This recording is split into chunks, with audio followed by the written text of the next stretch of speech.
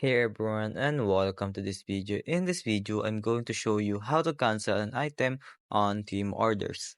So without further ado, let's dive in.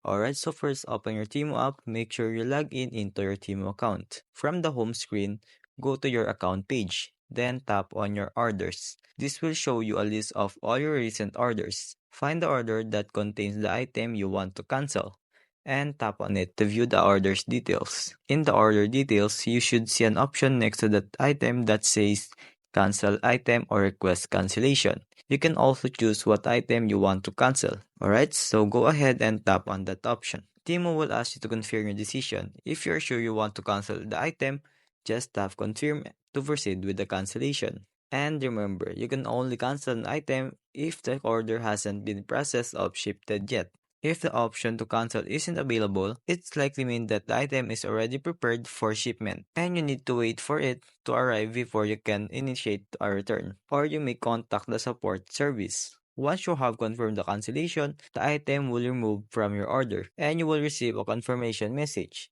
Any payment for the canceled item will be refunded to your original payment method. And that's it. I hope this video helps you to cancel your item from your Temu orders. Thanks for watching and take care.